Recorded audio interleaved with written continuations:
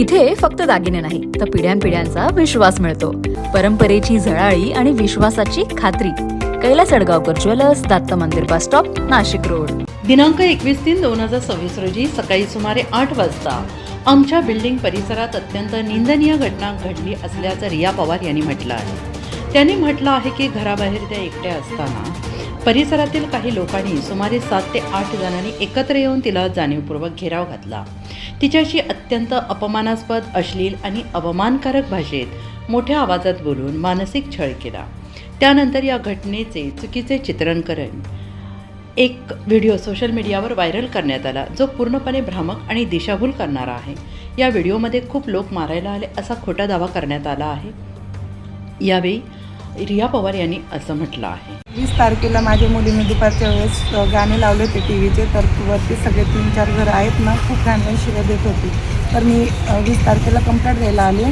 तर मी सरांना वगैरे सांगितलं, कंप्लेंट देऊन परत घरी गेले. सकाळी 21 तारखेला पाणी भरण्यासाठी खाली गेले, तर सगळ्यांनी मला म्हणजे खाली पण जाऊन नाही दिलं. घरामध्ये आत येऊन मला पण मारलं आणि माझ्या पोरींना पण खूप घाबरवलं आणि पायऱ्यामधून मला लोटत खाली आणलं आणि माझ्या मुलीला पण खूप धमकी दिली आणि खूप हाणामारी झाली त्या दिवशी. का? कारण की तू कंप्लेंट का बरं दिली, तुझं जास्त झालं, तू बिल्डिंगमध्ये कशाला राहते म्हणून. आणि सगळे आजूबाजूला पण धमकी देत होते की हिच्याशी नाही बोलायचं, तिच्याशी नाही बोलायचं.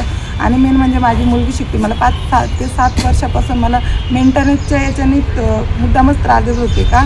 कारण एखादा दिवस करून, आता मागं कोरोना पण आलं होतं, तर एखादा महिना चुकला पण असेल तरीसुद्धा ते काय करायचे, आम्ही दिल्यानंतरनं पण मुद्दामच कुरापत काढायची की पोरांना खेळून नाही द्यायचं, मेंटेनन्स नाही भरत नाही वगैरे. पण आम्ही पूर्ण मेंटेनन्स दिलेलं आहे, फोनपे वगैरे सगळं आमच्याकडे सोबत आहे. आणि मुलांना खूप प्रचार करतात ते आणि वाईट नजरेने खूप बघतात ते, डोळे मोठे करून बघतात ते. आणि माझा छोटा मुलगा खूप घाबरला आणि छोटी मुलगी पण घाबरली. माझी मोठी मुलगी आहे ना, ती MPC करते, शिक्षण करते, त्यामुळे मी 5 वर्ष मी आवाज केला नव्हता किंवा भांडले नव्हते. मी माझ्या मुलींना शिकवायचं आहे म्हणून मी थांबले होते. पण आता मला ती वेळ आली सांगण्याची, कारण की त्यांनी हाणामारी केली ना म्हणून. आणि त्यावेळेस आहे ना, मी पोलिसांना कॉल पण केला होता 112वरती. माझ्या मुलीने कॉल केला होता. त्यानंतर माझा हस्बंड आणि माझा भाऊ अचानकच आले ते की ते काय प्रकार चालू आहे. आणि ते रोज येतात दुकानानंतर दूध वगैरे घेऊन आम्हाला. तर मग ते लोकांनी त्यांना पण अटक केलं. त्यावेळेस मी नव्हते खाली. खूप हाणामारी झाली मग त्यानंतर, कारण की त्यांची बाजू जास्त होते. ते 12-13 जण होते, आमचे 2 जणच होते. आणि ते लेडीजला मारलं नव्हते, ती लेडीज आहे ना कमल म्हणून, ती मुद्दामच आली मध्ये आणि ती मुद्दामच ती मारत होती. आणि त्यांचे मुलं वगैरे, त्यांच्या घरातले 3-3, 4-4, 5-5 जण सगळेजण होते. सिरसाट म्हणून, मिलिंद सिरसाट वगैरे, चव्हाण वगैरे आणि विकास. आणि हे जे बाकीचं आहे ना, त्यांनी व्हिडिओ वगैरे दिलेले आहेत ना, ते सगळं खोटं व्हायरल केलं. कारण त्या व्हिडिओमध्ये आहे ना, त्यांच्याकडं हत्यार येतं, ते लोक तेच येतं.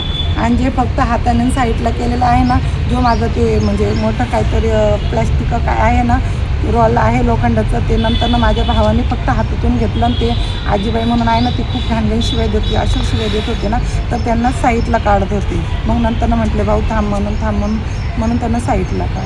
या घटनेत दोघांविरोधात गुन्हा दाखल झालेला असून तपास चालू आहे. NCN न्यूजसाठी प्रतिनिधी सिद्धार्थ लोखंडे, सातपूर.